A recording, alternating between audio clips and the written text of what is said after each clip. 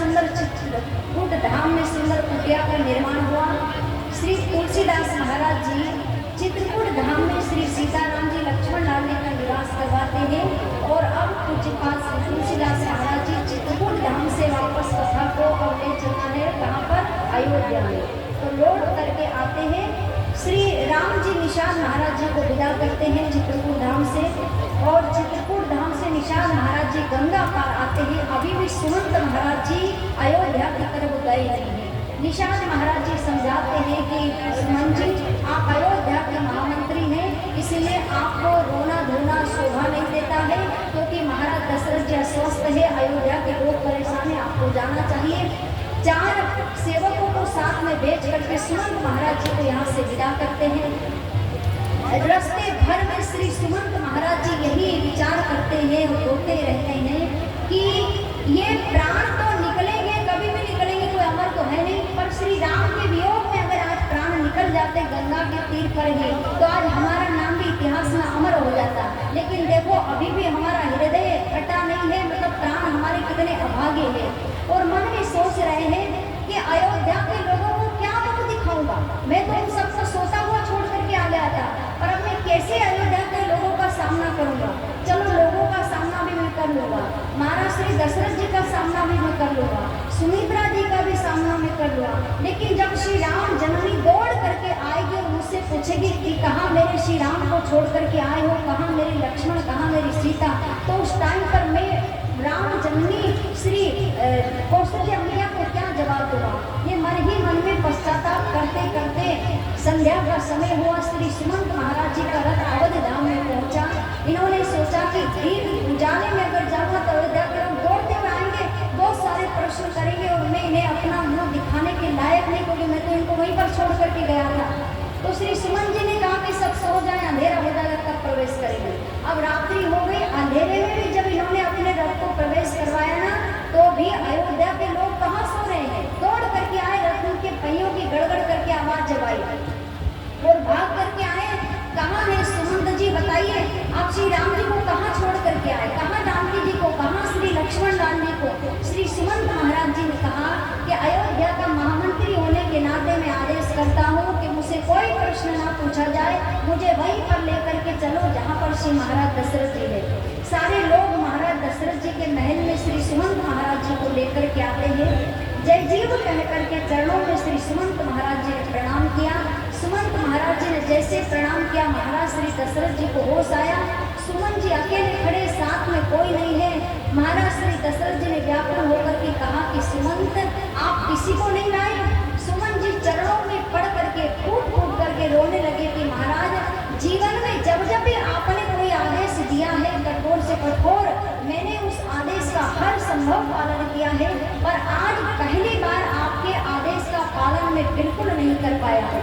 आपके कहे अनुसार मैंने श्री राम को बहुत लाने की कोशिश करी, लेकिन श्री राम ने मेरे सारे प्रश्नों को निरुत्तर कर दिया है, मेरे को पराजित कर दिया, मतलब शास्त्रार्थ में। इसलिए मैं श्री राम को भी नहीं ले पाया, नहीं लेकर के आ पाया। सीता जी को बहुत कोशिश करी थी लाने की, लेकिन पातिव्रत धर्म का आश्वासन देकर के श्री जानकी जी ने भी मेरे को हरा दिया, वो भी नहीं आई। और लक्ष्मण ने कुछ ऐसे वचन बोले, श्री राम ने मुझे मना किया है कि पिताजी को जाकर के नहीं कहना, इसलिए जो लक्ष्मण ने कहा है वो मैं आपको नहीं कह सकता। श्री सुमंत महाराज जी की बात सुनकर के श्री महाराज दशरथ जी ने कहा कि सुमंत अगर आप नहीं भी बताओगे तो भी मैं जानता हूँ कि मेरे लक्ष्मण ने मेरे लिए क्या कहा होगा, वो मुझसे बहुत नाराज होगा। मैं जानता था कि बचपन में लक्ष्मण का एक स्वभाव बचपन से मैं देखता आ रहा हूँ कि लक्ष्मण श्री राम से इतना प्रेम करते हैं कि वो खेल में भी विपक्ष पार्टी को स्वीकार नहीं करता। जो श्री राम के विरोध में अब पार्टी दो बने तब तो खेल में मजा आए, तो खेल में भी विरोधी दल को सहन नहीं कर पाता है। आज उसने यही भाव रखा होगा कि ऐसा पिता किस काम का जिसने श्री राम जैसी संतान को त्याग दिया है, वो यही बोला होगा ना। महाराज सुमंत जी ने कहा कि महाराज मैं कुछ नहीं कह सकता क्योंकि श्री राम जी ने मना किया है। श्री सुमंत महाराज जी से बात सुनकर के श्री महाराज दशरथ जी ने सोचा कि अब जीवन में जीने का कोई अर्थ नहीं है। श्री राम जैसी संतान अगर इस संसार में मेरे पास में नहीं है तो उस संतान के जाने के बाद में मेरा जीना व्यर्थ है। मेरा रघुनंदन कितना प्यारा है कि आज वो राजा बनेंगे ये हुआ, और कोई रहता तो मारक खुशी के मारी फूला नहीं समाता, लेकिन उसके चेहरे पे कोई खुशी नहीं थी। और वन का प्रसंग सुना तब भी उसके चेहरे पर कोई दुख नहीं था। मेरी ऐसी संतान श्री राम के जाने के बाद में मेरा जीना व्यर्थ है। बार बार श्री महाराज दशरथ जी व्याकुल हो रहे हैं। माता कौशल्या समझाती है कि महाराज आप संपूर्ण अयोध्या, ये जो है ये अयोध्या जहाज है और आप जहाज के कर्णधारे खिवैया है। अगर आपको ही कुछ हो जाएगा तो इस अयोध्या रूपी जहाज को कौन बचाएगा, डूब जाएगा। महाराज धैर्य धारण करिए, 14 साल अभी बीत जाते हैं। श्री राम जी का चित्रपट लाती है माता कौशल्या, समझाती है कि धैर्य धारण करे, लेकिन फिर भी श्री महाराज दशरथ जी ने मानो जीना स्वीकार ही नहीं किया है। महापुरुष लोग अपने जीवन को स्वीकार करे ना करे उनकी इच्छा पर निर्भर रहता है। महाराज दशरथ जी ने सोच लिया कि अब जीने का कोई मतलब ही नहीं है, जहाँ श्री राम नहीं वहाँ पर दशरथ कैसे रह सकता है। मुझे या तो सुमंत वहीं पर छोड़ करके आ जाओ या मेरे प्राण चले जाएंगे। अचानक चारों तरफ से एक सन्नाटा छाया हुआ है। महाराज श्री दशरथ जी को कहीं कोई आवाज नहीं सुनाई दे रही, केवल एक आवाज उनके कान में गूंज रही है। कौन सी? कि राजन, पुत्र के वियोग में तुम्हारी भी मृत्यु होगी, पुत्र के वियोग में तुम्हारी भी मृत्यु होगी, पुत्र के वियोग में तुम्हारी भी मृत्यु होगी। श्रवण कुमार के पिता ने जो श्राप दिया है वो कान में अब गूंज रहा है। रोते हुए श्री महाराज दशरथ जी ने हाथ पकड़ा कौशल्या जी का और कहा, देखो देवी, देखो मुझे कोई श्राप दे रहा है, देखो कहीं से किसी की आवाज आ रही है। कौशल्या मैया ने कहा कि आपको क्या हो गया, आप क्या कहना चाहते हैं? श्री महाराज दशरथ जी ने कहा कि देवी, युवा अवस्था में मुझसे एक गलती हो गई थी जिसको आज तक मैंने आपसे नहीं कहा है। महाराज श्री दशरथ जी श्री राम जी के पिता हैं संसार के लोगों, लेकिन अगर उनसे भी गलती हुई है तो उन्हें भी अगर सजा मिली तो आप और हम किस खेत के मूल्य बताओ। श्री महाराज दशरथ जी से क्या गलती हुई? बोले राजाओं को शिकार करने का अधिकार तो है, लेकिन उनके भी कुछ आचार संहिता में नियम बताए गए हैं कि आप उन्हीं पशुओं का शिकार कर सकते हैं जो पशु हिंसक है। निर्दोष पशु का वध आप नहीं कर सकते हैं, उनको मारना नहीं है। तो पहला नियम श्री महाराज दशरथ जी से हट उठा। दूसरा नियम यह है कि रात्रि के समय में शिकार करना निषेध है। भले आप कितने भी बड़े राजा हो, आपको शिकार अगर करना है तो दिन में ही जाना है। महाराज श्री दशरथ जी नया नया शब्द भेदी बाण सीखे थे, दिन की प्रतीक्षा नहीं कर पाए, रात्रि में ही निकल गए शिकार करने। तो पहला नियम टूटा। दूसरा, श्रवण कुमार जब जल का घड़ा माता सरयू में से भर रहा था रात्रि के समय में, माता पिता को तीर्थ यात्रा करवा रहे थे, तो प्यास लगी, माता पिता को बैठा था मैं अभी जल लेकर के आता हूँ। तो माता सरयू जी में जैसे अंदर उतरे, जल का घड़ा भरने लगे। अब रात्रि के समय में वैसे ही जल में हलचल नहीं रहती, तो गड़बड़ करके जैसे वो घड़ा बजा, तो श्री महाराज दशरथ जी ने सोचा कि ये कोई ना कोई हाथी पानी पी रहा है, तो हाथी समझ करके बाप को छोड़ दिया।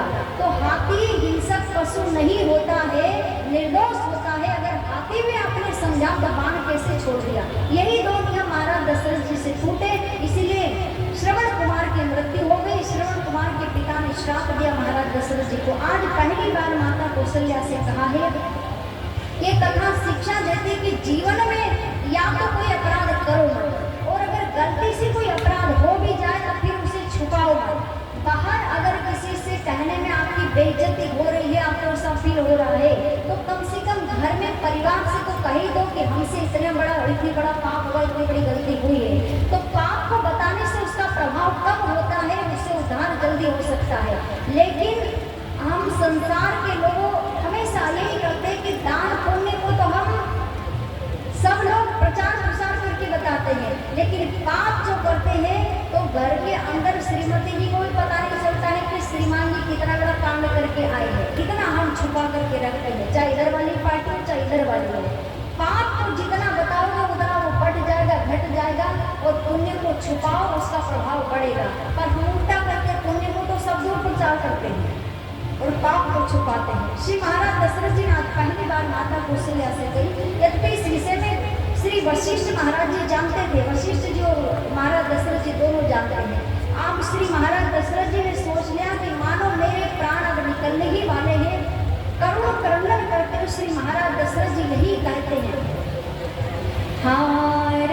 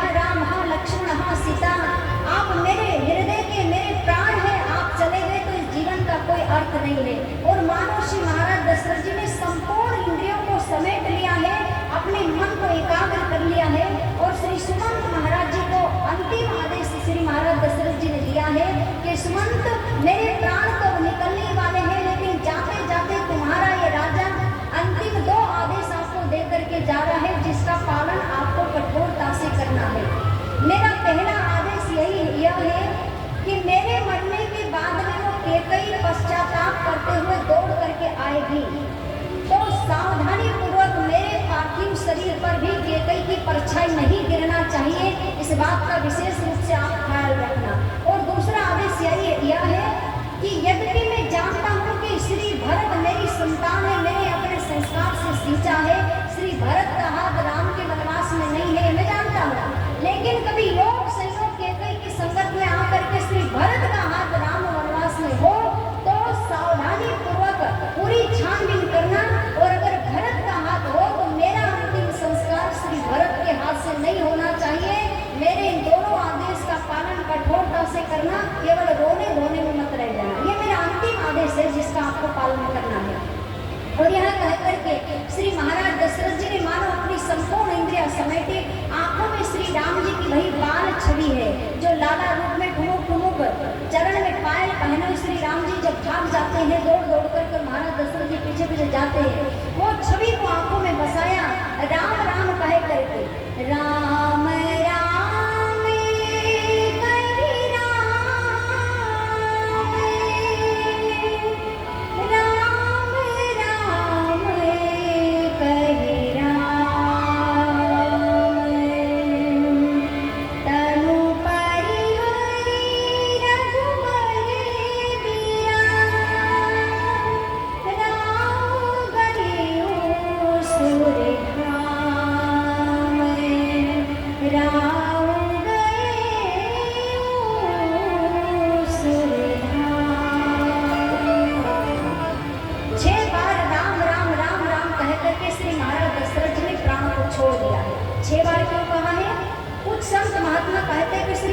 दशरथ जी की 6 सीढ़ियां मजबूत थी, इसलिए 6 बार राम राम बोला है।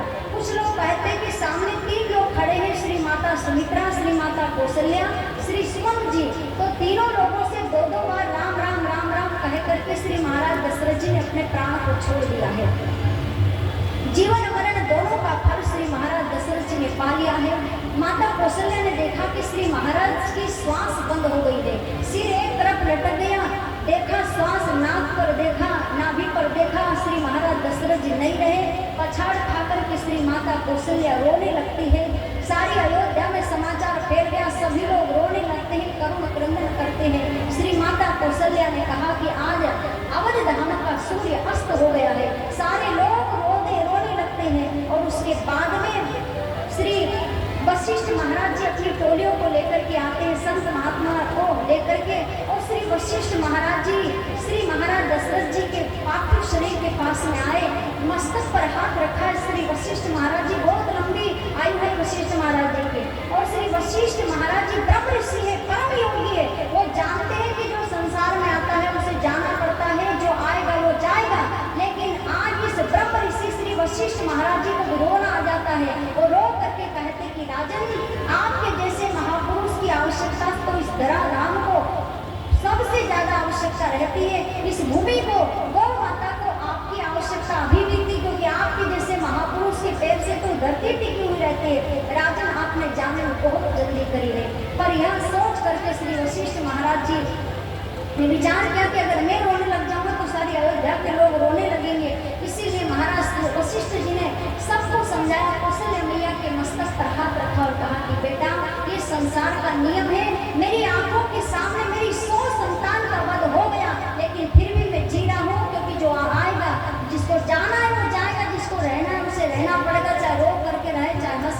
जिसको जीना है उसको जीना पड़ेगा। ये इस मृत्यु लोक का नियम है। माता कौशल्या रोते वशिष्ठ महाराज जी ने दूत को बुलाया, अति शीघ्र जाकर के श्री भरत को बुलाकर के लाओ। कौशल्या मैया ने कहा कि गुरुजी श्री भरत को बुलवाने के लिए तो भेज रहे हो, लेकिन दूत को स्पष्ट आदेश देना कि यहाँ पर जो कुछ भी हुआ है ये सूचना श्री भरत को वहाँ पर नहीं दे। तो ऐसा क्यों? तो श्री माता कौशल्या ने कहा कि गुरुजी मेरे मन में ऐसा मुझे लग रहा है कि अगर श्री भरत को ये सारी सूचना वहाँ पर मिल गई तो महाराज को तो हमने खो ही दिया है, शायद महाराज के साथ में हम कहीं श्री भरत को ना खो दे, इसीलिए वहाँ पर सूचना मत दीजिए, उसको यहाँ बुलवाइए, वो मेरी गोदी में आकर के बैठेगा, मैं अब पूरे आश्वासन देकर के उसको समझाऊंगा, उसके बाद में जो होगा सो देखा जाए। सारे जो दूत थे वो पवन वेग से भी तेज दौड़ने वाले घोड़े रथ में झुकाए, वो रथ को लेकर के श्री महाराज श्री दूत लोग पहुँचते हैं श्री भरत जी के ननिहाल। अब जैसे श्री भरत जी के ननिहाल पहुँचे श्री भरत जी, जब से अयोध्या में अनर्थ हो रहा है तब से रोज बुरे बुरे स्वप्न देखते, उठ करके भगवान श्री महादेव जी का अभिषेक करते कि हे प्रभु मेरे अयोध्या में कुछ अनर्थ नहीं होना चाहिए। इधर दूत लोग आए, दूतों ने कहा कि भैया गुरु जी ने आपको जल्दी बुलवाया है, ये नहीं पता और इतना जल्दी बोल ये नहीं पता है, लेकिन आपको जल्दी बुलवाया है। श्री भरत लाल जी रथ पर आरूढ़ हुए ननिहाल से विदाई लेकर के श्री शत्रुघ्न जी के साथ में, लेकिन बार बार दूतों से पूछ रहे कि तुम लोगों की आंखों में आंसू क्यों है, ये बार बार अपने आंसू को छुपा रहे, क्योंकि आज जिनका अन्नदाता चला गया हो वो व्यक्ति भला खुश कैसे रह सकता है। तो अयोध्या का पिता है श्री महाराज दशरथ जी, सारी प्रजा के आज वो पुत्रवत प्रेम करने वाले महाराज दशरथ जी चले गए तो भला प्रजा कैसे सुखी रह सकती है। दूत लोग आंसू बोल रहे नहीं, आपको बहुत दिन में देखा ना इसलिए आंसू आ गए, बाकी कोई बात नहीं, गुरु जी ने जल्दी बुलाया, हमें नहीं पता कि क्यों बुलवाया है। अब श्री भरत लाल जी रथ पर आरूढ़ हुए और रथ जैसे ही निकला तो जिस राह से निकला है श्री भरत लाल जी ने संपूर्ण सृष्टि को देखा कि आज ये सृष्टि ऐसी क्यों लग रही है कि मानो कोई भूकंप आ गया है। पेड़ों पर नजर पड़ी तो पेड़ ऐसा कह रहे कि मानो धरती फट जाए, धरती में समा जाए। सारी पशु पक्षी कभी वो गाँव नहीं करे बल्कि रो रहे हैं, तब निनाद करती हुई नदियां नहीं मिली, ऐसा लग रहा है नदियां भी रो रही है। सारी सृष्टि उजड़ी हुई लग रही है, ऐसा क्यों हो रहा है, दृश्य क्यों दिखाई दे रहा है। तो श्री भरत लाल जी का मन और बेचैन हो रहा, और ऐसा कब होता है, ये सृष्टि और ये प्रकृति उदास कब होती है, जब एक पापी व्यक्ति की विदाई इस धरती से होती है तो पृथ्वी में ये सृष्टि सब प्रसन्न होते कि अच्छा रहा ये पापी व्यक्ति गया, मेरा बोझ कम हुआ है। लेकिन एक महापुरुष की विदाई इस धरती से होती है ना जी, तो ये धरती माता, ये सृष्टि, ये प्रकृति रोती है कि आपके जैसे महापुरुष के प्रमाणों से तो ही हमारा पावर बढ़ता है, हमारा वातावरण शुद्ध होता है। महापुरुष की विदाई में महाराज ये पृथ्वी माता में रोती है। तो श्री राम जी को प्रकट करने वाले श्री महाराज दशरथ जी से बढ़कर के संसार में भला महापुरुष और कौन हो सकता है। और ऐसे महापुरुष की विदाई में अगर सृष्टि उदास ना हो तो फिर किसके जाने पर होगी, इसीलिए सारी सृष्टि उदास है। भरत लाल जी का हृदय और घबरा रहा है। जैसे श्री भरत लाल जी ने अयोध्या में प्रवेश किया तो अयोध्या का जो दृश्य श्री भरत लाल जी ने देखा, सदैव दुल्हन की तरह सजी हुई अयोध्या आज ऐसी लग रही है जैसे कोई विधवा नारी सफेद साड़ी पहन करके किनारे पर खड़ी है जिसने कोई श्रृंगार नहीं किया है। ये देख करके श्री भरत लाल जी का हृदय और कांपा कि मेरी अयोध्या में क्या हुआ है। अब जिधर जिधर नजर पड़े आज सभी उल्टा उल्टा दृश्य दिखाई दे रहा है। श्री भरत लाल जी ने देखा कि हे भगवान मेरी अयोध्या में क्या हो गया है। आज किसी भी मंदिर में कहीं भी घंटी की आवाज क्यों नहीं आ रही है, आज कोई भी साधु संत ब्राह्मण लोग वेद पाठ का उच्चारण क्यों नहीं कर रहे हैं, आज किसी भी गौ घाट पर कोई गौ माता पानी क्यों नहीं पी रही है, आज किसी भी पनघट पर कोई माता पानी क्यों नहीं भर रही है, आज मंगल गीत क्यों नहीं गाए जा रहे हैं, आज आम की डाली पर कोई कोयल मधुर गीत क्यों नहीं गा रही है, आज ये मयूर नाच क्यों नहीं रहे हैं। ये मेरी अयोध्या सरयू मां ऐसा क्यों लग रहा है जैसे रो रही है, ये क्या हो गया मेरी अयोध्या में। तो मन होता है कि उतर करके पूछ ले लोगों से कि क्या हुआ है, पर उतर करके जैसे आने लगे तो घबराया मन की पता नहीं कौन सा अशुभ समाचार देने में मैं सहन नहीं कर पाऊँ, वापस लौट करके रथ में बैठ जाते हैं। अब अयोध्या में दो दल बन गए हैं, आधे लोग को तो भरोसा, आधे लोगों ने श्री भरत जी को भी देख करके अपना मुख ढक लिया, बोले इनका मुख नहीं देखना। इनकी माँ केकई बड़ा प्रेम करती थी श्री राम जी से, लेकिन अंदर से पत्ती निकली तो हो सकता है श्री भरत भी उनके साथ में हो, इसलिए इनका मुख ही नहीं देखना है, इनके कारण ही छोड़ना पड़ा। लेकिन जो समझदार विद्वान लोग थे उन्होंने कहा कि पागलों, बिना प्रमाण के अगर श्री भरत पर तुम लोगों ने आक्षेप लगाया तो तुम्हारी कई सारी पीढ़ियां नरक में चली जाएगी। कोई प्रमाण नहीं है कि श्री भरत का हाथ है। श्री भरत राम जी को अति प्रिय, राम श्री भरत जी को प्रिय है। लेकिन जैसे ही श्री भरत लाल जी का रथ माता कैकेयी के महल के सामने रुका तो जिन लोगों को शंका थी श्री भरत लाल जी पर, उनकी शंका यकीन में बदल गई। बोले देखो, अगर इनकी माँ के साथ इनका हाथ नहीं रहता तो इनकी आवश्यकता वर्तमान में सबसे ज्यादा माता कौशल्या को है, तो कौशल्या के महल में जाना चाहता है क्योंकि इनकी माँ के पास में जा रहे हैं, इसका मतलब इनका हाथ है। अब लोगों को ये पता ही नहीं है कि इन्हें कुछ भी पता नहीं है। श्री भरत लाल जी ने अपना रथ माता कैकेयी के महल के सामने इसलिए रुकवाया क्योंकि ये सारा दृश्य देख करके श्री भरत लाल जी का हृदय घबरा रहा है। तो श्री भरत लाल जी ने सोचा कि मैं जल्दी से भैया श्री राम से मिल जाऊं, उसके बाद में मैं सारा संकट सहन कर सकता हूँ। और श्री राम जी सबसे ज्यादा कहाँ रहते हैं? बोले माता कैकेयी के महल में श्री राम जी सबसे ज्यादा रहते हैं, और जहाँ श्री राम जी रहते हैं वहीं पर पूरा परिवार रहता है। तो पूरे परिवार के साथ में एक साथ भेंट हो जाएगी। इसीलिए माता कैकेयी के महल में श्री राम जी से मिलने के लिए पहुँचते हैं। इसीलिए राम जी के कैकेयी माँ के महल के सामने रथ रुका। अब जैसे ही दासी के द्वारा खबर पहुंची तो माता कैकेयी ने सुंदर थाली आरती की सजाई और उस थाली को लेकर के माता कैकेयी आगवानी करने के लिए जाती है। यद्यपि माता कैकेयी पर भगवान श्री राम जी की इच्छा ही काम कर रही है, लेकिन आपको और हमारे लिए शिक्षा है कि जिस नारी के पति का पार्थिव शरीर तेल की नाव में पड़े 3 दिन हो गया है, वो नारी प्रसन्न होकर के थाली आरती के लेकर के द्वार पर बेटे की आगवानी करने के लिए गई है। ये किसका असर है? ये मंथरा की कुसंगत का असर है। जब माँ पर इतना असर हो सकता है तो आप पर और हम तो दिन रात मंथरा की कुसंगत में रहते तो कितना बड़ा असर पड़ेगा। मैया कैकेयी थाली लेकर के आरती उतार करके श्री भरत लाल जी को जैसे अंदर ले गई तो भरत लाल जी ने चारों तरफ देखा कि यहाँ तो कोई नहीं है, माता अकेली है। तो श्री भरत लाल जी से माता कैकेयी पूछती कि बेटा एक बात बता, मायके में सब प्रसन्न है? श्री भरत जी ने कहा कि मैया वहाँ तो सब प्रसन्न है, पर तुम ये कहो कि यहाँ पर क्या हुआ है? तो माता कैकेयी ने कहा कि बेटा यहाँ पर भी सब कुछ था, लेकिन मैंने सारा काम तात बात में सकल समारी भय मंथरा सहाय बिचारी, मैंने सारा काज संभाल दिया था बेटा, और हमारी किसी ने सहायता नहीं करी है, केवल इस मंथरा ने ही हमारी सहायता की है। तो मंथरा के नाम से श्री भरत लाल जी को शंका हो गई कि मंथरा ने इनकी सहायता करी, और अयोध्या में ऐसा कौन सा काज बिगड़ा जो माँ को संभालना पड़ा।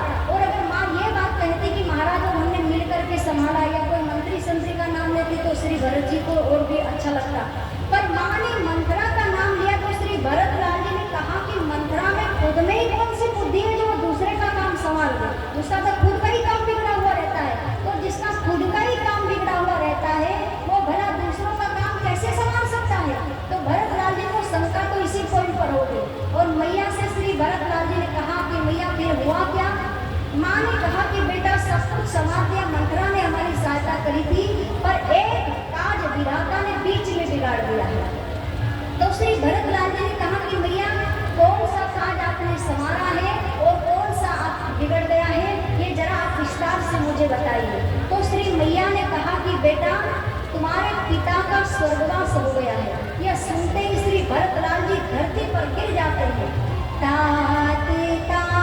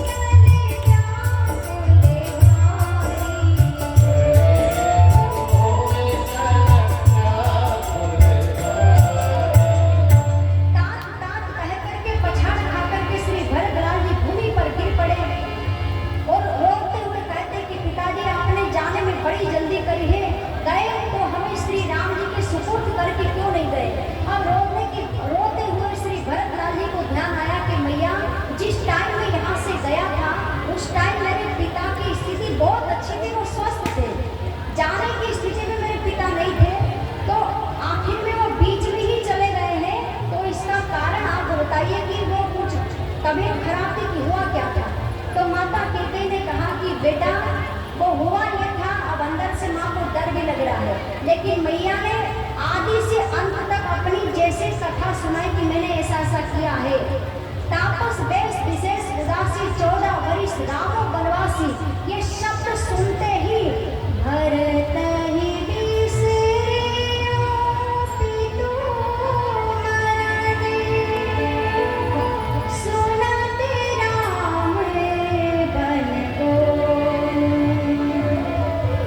हे तू अपने पाँव जानी जिया, थकित रहे धरि मोर। जैसे श्री भरतलाल ने सुना कि श्री राम जी का वनवास हुआ है और कारण मैं बना हूँ, तो श्री भरतलाल जी पिता के मरण का जो दुख था ना वो तो भूल गए और स्थिर होकर के खड़े हो गए, सुध भूल गए, श्वास ही बंद हो गई। और देखते जा रहे हैं तो माता कैकेयी ने देखा कि मैंने बढ़िया काम करा है। पिता के मरण का समाचार सुना तो धड़ाम से धरती पर गिर गया, रोने लगा। इसको ज्यादा कष्ट था, लेकिन इसके भाई वन में गए हैं, इसको ज्यादा कोई कष्ट नहीं हुआ, देखो आराम से खड़ा है। पर माँ को क्या पता कि इधर सुध-बुद्धि गायब है, ना श्वास चल रही, ना पलक झपक रही है। थोड़ी देर में श्री भरतलाल जी को होश आया और कहा कि मैया पहले तो तुम ये बताओ कि तुम हो को, तुम मेरी माँ नहीं हो सकती हो। मेरी माँ तो कैकेयी वो थी जिसने अपने बेटे भरत को दूध कब पिलाया, अपने आंचल में उसने श्री राम को दूध पिलाया है, इसलिए मेरी माँ तुम हो नहीं सकती हो। रोते हुए श्री भरतलाल जी ने कहा कि मैया इस संसार में आपने इसलिए मुझे प्रकट किया है कि आपने सबसे ज्यादा मैया मुझे ही तकलीफ दी है। ये श्री राम को वनवास नहीं दिया, आपने मेरा ही पतन करवा दिया है। जिस तरह कोई व्यक्ति पेड़ के तने को काट करके पत्ती को सींचे कि पेड़ वापस खड़ा हो जाए, पर वो महामूर्ख व्यक्ति ये नहीं सोचता है कि पत्ती से कभी पेड़ सही नहीं होता है। आपने संसार में द्रोही साबित कर दिया मैया, मेरे माथे पर कलंक लगा दिया। और यही करना था ना तो मेरे जन्मते हुए आप मेरा गला दबा देती, उस टाइम भी अगर आप मेरी हत्या कर देते तो मेरी आत्मा आपको आशीर्वाद देती कि धन्य मैया आपने जो किया है वो अच्छा किया है। पर मैया आपने क्या किया? श्री राम वो है जो शत्रु भी उनके शरण में आना चाहता है, उनको देख करके प्रसन्न हो जाता है। कौन सा ऐसा गुरु तुझे मिला है कि दिन में कि तुम्हारी बुद्धि इतनी पक्का आप नहीं जानती है। मेरी माँ हो करके, माँ जब 2 महीने का बच्चा होता है या 1 महीने का बच्चा या 1 दिन का बच्चा भी, उसकी भाषा भी उसकी जननी माँ पहचान जाती है कि बच्चा रो किस लिए रहा है, इसके पेट में दर्द है इसलिए रो रहा है, कि इसको भूख लगी इसलिए दर्द है। तो माँ तो वो माँ होती है जो 1 दिन के बच्चे के भाव को समझ जाती है। नहीं, इतने दिन से आपका बेटा हो, आप मेरे भाव को ही नहीं समझ पाए कि मुझे राज सत्ता चाहिए कि मुझे राम चाहिए। आपने मेरी चाहत को ही नहीं समझा तो आप मेरी माँ कैसे हो सकती है? और श्री भरतलाल ने कहा कि माँ जिस टाइम आप ये मांग रही थी उस टाइम आपके जीभ आपके हृदय पे टुकड़े टुकड़े क्यों नहीं हुए, आपकी जीभ पे कीड़े क्यों नहीं पड़े?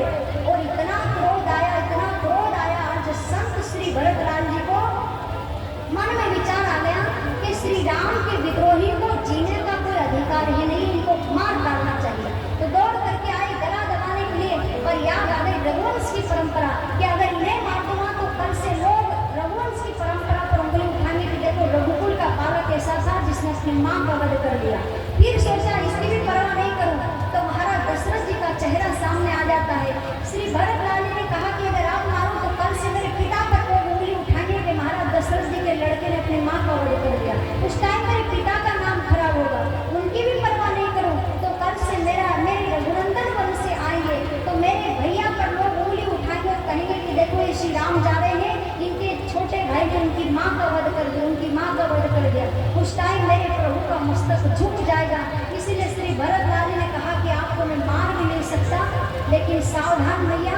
श्री भरतलाल ने विचार किया कि इस माँ को हर समय श्री राम से प्रेम था, भरत से कम ही था, लेकिन आज पता नहीं ऐसा कौन सा गुरु मिला, उसने इनके हृदय से श्री राम को हटा करके श्री भरत को बैठा दिया है। तो अब मुझे इन्हें ऐसी फटकार लगाना है कि मेरे को हृदय से निकाल कर वापस श्री राम को ही बिठा ले। इसलिए श्री भरतलाल ने कहा कि माँ आपने जो किया है वो मुझे कदापि स्वीकार नहीं है।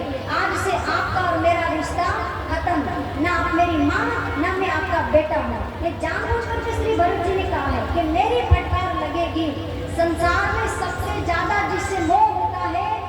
उसी के द्वारा जब बहिष्कार होता है तो व्यक्ति को सहन नहीं कर पाता है। भरत लाल जी ने कहा खत्म आकर मेरा रिश्ता, और श्री भरत लाल जी चलने लगे। मंथरा सज धज करके आई कि मैंने बढ़िया काम करा है इसलिए इनाम मिलेगा। शत्रुघ्न महाराज जी ने कहा कि सारे जड़ की फंसाते दुश्मनी है, इसको पिटाई करना पड़ेगा। एक मुष्टिका का प्रहार जैसे मंथरा पर करा, मंथरा के ब्लड बाहर आने लगा, रोने लगी। श्री भरत लाल जी ने हाथ पकड़ा और कहा कि इसको मारने से कुछ भी फायदा नहीं है भैया, हमारे जो भाग्य वो तो खुद ही चुके हैं, इसलिए चलो उस गंगा श्री माता कौशल्या के पास में हमारे पाप को धुलेंगे। पीताम्बर से अपना मुख ढका श्री भरत लाल जी ने। भरत लाल जी ने सोचा कि अब मैं किस मुंह से इस अयोध्या वासियों को अपना मुख दिखाऊं। अपना मुख पीताम्बर से श्री भरत लाल जी ने ढक दिया और जैसे बाहर निकले दौड़ते हुए गए माता कौशल्या के महल में और गेट से आवाज लगाने लगे कि मैया आपकी कुल का कलंक ये श्री ये भरत आ गया है, इसके कारण आपको वैधव्य स्वीकार करना पड़ा, इसके कारण आपकी संतान को जंगल में ठपोले खाने के लिए जाना पड़ा, इसलिए मैया ये पापी आपके पास में आया। मैया कौशल्या ने श्री भरत लाल जी को गले से लगा लिया। श्री भरत लाल जी ने रोते हुए कहा कि मैया इस संसार में केकई का जन्म ही नहीं होना चाहिए था, और अगर वो जन्मी तो उसको बाद हो जाना चाहिए था। और फिर श्री भरत लाल जी ने कहा कि मैया मैं केकई को भी क्यों दोष दूं, ये मेरा जन्म नहीं होता, मेरे मोह के कारण केकई ने गलती करी है, तो मेरा ही जन्म नहीं होना चाहिए था। मैया कौशल्या बार बार समझाते कि श्री भरत ये तो विधाता का कर्म है, इसमें ना मंत्रा का दोष है ना केकई का दोष है, तुम बिल्कुल परेशान मत हो बेटा। लेकिन श्री भरत लाल जी ने रोते हुए कहा कि मैया मैं आपके दाएं चरण पर हाथ रख करके सूर्य और पृथ्वी को साक्षी मान करके सौगंध लेकर के कहता हूँ मैया कि जिस तरह कोई व्यक्ति गौशाला में आग लगा दे और उस व्यक्ति की जो दुर्दशा हो मैया वो मेरी हो, यदि श्री राम की वनवास में मेरा हाथ हो। जिस तरह कोई व्यक्ति गर्भवती स्त्री का वध कर दे और उसकी जो दुर्दशा हो मैया वो मेरी हो, यदि श्री राम के वनवास में मेरा हाथ हो। जिस तरह सगुण साकार भक्ति को छोड़ करके जो लोग तांत्रिक पूजा पाठ में लगे रहते हैं और उनकी जो दुर्दशा हो मैया अंत समय में वो मेरी हो, यदि श्री राम के वनवास में मेरा हाथ हो। और मैया जो अपने अनर्गल प्रवचनों को सुन करके अपने गीता रामायण भागवत अपने ग्रंथों को बाहर फेंक दे, जो अपमान कर दे, उनकी जो महादुर्दशा हो मैया वो मेरी हो, यदि श्री राम की वनवास में मेरा हाथ हो। और आगे गुरु वशिष्ठ महाराज जी अरुंधति माँ दोनों के चरण पर अपना हाथ रख करके श्री भरत जी ने कहा कि मैया ये संपूर्ण भारत की गुरु माँ गुरु पिता है, इनका वध अगर कोई कर ले और उस व्यक्ति की जो दुर्दशा हो मैया वो इस भरत की हो, यदि श्री राम के वनवास में मेरा हाथ हो। और तो और क्या कहूँ मैया 28 नरक का वर्णन मैंने शास्त्र में सुना है, 28 नरक का भोग ये भरत भोगे अगर श्री राम के वनवास में मेरा तनिक भी हाथ हो। 28 नरक की बात जब बोली श्री भरत लाल जी ने, भैया कौशल्या ने मुख पर हाथ रख दे बोले सावधान भरत बस बहुत सौगंध हो गई है, अब तुम्हें एक भी सौगंध खाने की जरूरत नहीं है बेटा, तुमने इतनी सारी सौगंध खाई है, चलो एक तुम्हारे लिए प्रतिज्ञा सौगंध मैं भी खाती हूँ। श्री माता कौशल्या ने कहा कि श्री भरत मैं श्री राम की जननी है प्रण लेती हूँ और ये प्रतिज्ञा करती हूँ संसार को बताना चाहती हूँ कि आज तो क्या किसी भी कल्प कल्पांतर युग युगांतर में कभी भी कोई भी वक्ता, कोई भी लेखक, कोई भी कवि, कोई भी श्रोता, कोई भी वक्ता रात्रि में सोते समय स्वप्न में भी श्री राम के वनवास की कल्पना में ये सोचे कि भरत का हाथ होगा, उसकी कोटर पीढ़ियां नरक में चली जाएगी। श्री भरत तुम्हारा हाथ श्री राम के वनवास में कभी नहीं हो सकता है, तुम श्री राम को अति प्रिय हो, राम तुम्हें अति प्रिय है, ये तो सब विधाता का खेल है। गुरु वशिष्ठ महाराज जी आए और श्री भरत लाल जी के मस्तक पर हाथ रखा, बेटा ये रोने का समय नहीं है, तुम्हारे पिता का शरीर पार्थिव शरीर 3 दिन हो गया नाव में पड़े पड़े, अब उन्हें अंतिम विदाई देने का अवसर प्राप्त हो गया। अब श्री महाराज दशरथ जी जो आधे सुमन जी को दे करके गए थे तो इनकी सौगंध से साबित हो गया कि श्री भरत जी का हाथ नहीं, सुमन जी खुश हो गए कि भरत जी के हाथ से अंतिम संस्कार होगा। महाराज दशरथ जी का पार्थिव शरीर तेल की नाव से निकाला, बहुत सारे जल से उनका पार्थिव शरीर का अभिषेक किया और उसके बाद में श्री महाराज दशरथ जी की शोभा में अंतिम विदाई देना है, इसलिए आकाश में देवता लोग खड़े हैं, सारे संत महात्मा, सारी अयोध्या के लोग माता सरयू के किनारे चंदन की चिता बनाई है श्री भरत लाल जी ने।